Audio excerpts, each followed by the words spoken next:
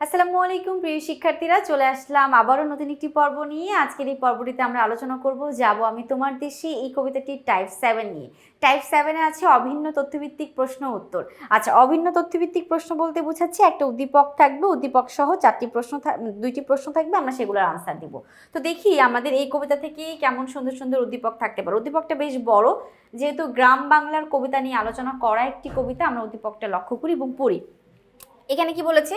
ছোট গাঁওখানি ছোট নদী চলে, তারই এক পাশ দিয়া কালো জল তার মাঝি আছে কেবা কাকের চক্ষুনিয়া। ঘাটের কিনারে আছে বাধা তরি, পরের খবর টানাটানি করি। বিনাশতী মালা গাঁথিয়াছে নিত্যই, এপার ওপার দিয়া বাঁকা ফাঁদ পেতে টানিয়া আনিছে দুটি তটের হিয়া। সম্পূর্ণ হচ্ছে গ্রামের এক পরিবেশের কথা বলছে, যেখানে নদী চলছে, নদীর পাশ দিয়ে আসছে, সেখানে বাঁকা পানের টান আছে, বিড়ি সুতো আছে, এপার ওপার দিয়ে মানুষ যাতায়াত করছে ইত্যাদি। এখন আমরা প্রশ্নটা দেখি, আমাদের 57 নাম্বার প্রশ্ন।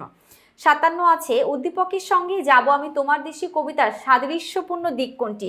পল্লী প্রকৃতির সৌন্দর্য, তারপর হচ্ছে কবির গ্রামে ফেরার ব্যাকুলতা, কবির দিঘির রূপ বর্ণনা। এখন দেখো, এখানে কবি উদ্দীপকের মধ্যে কোথাও কবির গ্রামে ফেরার ব্যাকুলতা সম্পর্কে কিছু আলোচনা করা হয় নাই। এক, পল্লী প্রকৃতির সৌন্দর্য নিয়ে বলা আছে, আর কবির দিঘির রূপ বর্ণনার কথা বলা আছে। তাহলে আমাদের 57 সঠিক উত্তর হচ্ছে 2 নাম্বার। এবার আমরা দেখবো হচ্ছে পরবর্তীতে আমাদের 58 নাম্বার প্রশ্ন। 58 নাম্বার প্রশ্নে কি আছে দেখো। 58টা আছে, উদ্দীপকের সঙ্গে সাদৃশ্যপূর্ণ চরণ নিচের কোনটি?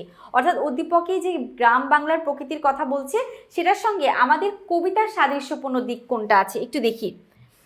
অজান ফুলের রূপ দেখিয়া মাতব মোরা বিয়ের কনে। বিয়ের কনে নিয়ে কিন্তু উদ্দীপকে কিছু বলে নাই, তার মানে এটা আসবে না। উত্তরীয় ছড়িয়া তুলি দাঁড়িয়া থেকো বনের পাশে। আচ্ছা, উত্তরীয় মানে চাদর পরিধান করে কবিতার পল্লী দুলাল ভাইকে বলছে বনের পাশে দাঁড়িয়ে থাকতে। আমাদের উদ্দীপকের মধ্যে কিন্তু এই ধরনের কোনো জিনিস বলা নাই, তার মানে এই অপশনটাও আসবে না। এবার আসি, দিঘির জলে ঢেউ গনিবে ফুল শুকাবে পদ্ম পাতায়। এক্স্যাক্টলি এটাই হবে, কারণ কি কবিতার উদ্দীপকের দিঘির কথা বা দিঘির রূপ সৌন্দর্যের কথা বলেছে, আর আমাদের এখানে কবিতার যে লাইনটার সঙ্গে মিল পাচ্ছি সেটা হচ্ছে এই ফুল শুকাবে পদ্মা নদীর পাতার উপর। এটা হচ্ছে কারেক্ট আনসার। এবার হচ্ছে আমরা যাব পরবর্তী দুটি প্রশ্ন, 59 এবং 60 নাম্বার। এবং 59-60 নাম্বার প্রশ্নের জন্য আমাদের উদ্দীপক দেখতে হবে। উদ্দীপক কি? আম গাছ জাম গাছ বাঁশঝাড় যেন, মিলেমিশে আছে ওরা আত্মীয় হেন। সকালে সোনার রবি পূব দিকে ওঠে, পাখি ডাকে বায়ু বয় নানা ফুল ফোটে। এটাও আমাদের একটা গ্রামের প্রকৃতির কথা বা পল্লী প্রকৃতির কথা। এখন এখানে কি আসছে? উদ্দীপকে যাব আমি তোমার দেশে কবিতার যে বিষয়টি ফুটে উঠেছে, খেয়াল করি, ছেলেবেলার স্মৃতি। একদম ছোটবেলার কোনো স্মৃতির কথা বলা নাই। কবির দুরন্তপনা, হ্যাঁ দুরন্তপনা এবং চঞ্চলতার কথা এখানে প্রকাশ পায়নি, কবিতার মধ্যে আছে কিন্তু উদ্দীপকে এটা নাই। বনের সৌন্দর্য, হ্যাঁ উদ্দীপকে আম গাছ জাম গাছ বাঁশঝাড়ের কথা বলা আছে, তারা একে অন্যের সঙ্গে মিলেমিশে আছে, অবশ্যই এটা বনের সৌন্দর্যের সঙ্গে মিলবে। উত্তর হচ্ছে 59-এর 3 নাম্বার। এবার আমরা দেখবো হচ্ছে 60 নাম্বার প্রশ্ন। 60 নাম্বার কি আছে? উদ্দীপকে ফুটে ওঠা বিষয়ের সঙ্গে সাদৃশ্যপূর্ণ চরণ কি? চরণ মানে উদ্দীপকের সঙ্গে কবিতার মিল, লাইনের মিল কি? ধবল দিঘিতে সাঁতার কেটে আনবো তুলে রক্তকমল, এটা হবে না। চারপাশেতে বনের সারি এড়িয়ে শাখার কুন্তল ভার, কুন্তল মানে হচ্ছে চুল। এখন দেখো, বনের কথা বলছে, আমরা বাকি অপশনগুলো কি আর দেখবো? উদ্দীপকের সঙ্গে তো মিলেই গেল। উদ্দীপকে যেমন বনের সৌন্দর্য নিয়ে আলোচনা করেছে, আর যে চরণের মধ্যে বন আছে সেটা হচ্ছে আমাদের এই 2 নাম্বার, তার মানে 60-এর উত্তর হচ্ছে 2। এবার আমরা পরবর্তী প্রশ্ন দেখব। পরবর্তী প্রশ্ন 61 এবং 62 নাম্বার প্রশ্ন দেখব, যেখানে হচ্ছে উদ্দীপক আছে, কুয়াশার সাদা পর্দা দোলাতে দোলাতে আবার আমি ঘরে ফিরবো, শিশিরে আমার পাজামা ভিজে যাবে, মানে ঠান্ডার মধ্যে সে দোল খাবে। আচ্ছা, এবার আমরা 61 নম্বর প্রশ্ন দেখি। উদ্দীপকে যাব আমি তোমার দেশে কবিতার কোন বিষয়টি ফুটে উঠেছে? অপশনগুলো লক্ষ্য করি।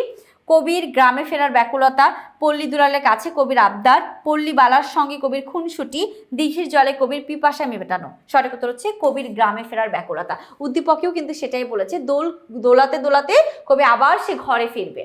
আর কবি আমাদের জসিমউদ্দিন, সেও গ্রামে প্রবেশ করতে চাচ্ছেন, মানে তার পল্লী গ্রামে যেতে চাচ্ছেন। তো গেল 61 নম্বর প্রশ্ন, এক উত্তর হলো। এবার আমরা দেখবো 62 নম্বর প্রশ্ন। দেখো 62 নম্বর কি আছে? উদ্দীপক ও যাব আমি তোমার দেশে কবিতার মধ্যে সাদৃশ্য হলো কবির দুরন্তপনা।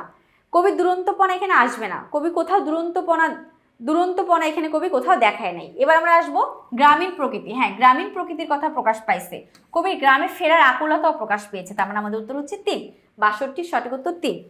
এবার আমাদের আরেকটি উদ্দীপক আছে 63 এবং 64 নাম্বার। 63 এবং 64 নাম্বার উদ্দীপক খেয়াল করব। মন টেকে না ইট পাথরের এই শহরে আর, পায় না শান্তি খুলে রেখো অট্টালিকার দ্বার, দ্বার মানে দরজা। সবুজ ঘেরা গ্রামে গিয়ে শান্তি খুঁজে পায়, গ্রামের সাথে শহরে যে তুলনার নাই। এখানে গ্রাম এবং শহরের তুলনার কথা বলেছে।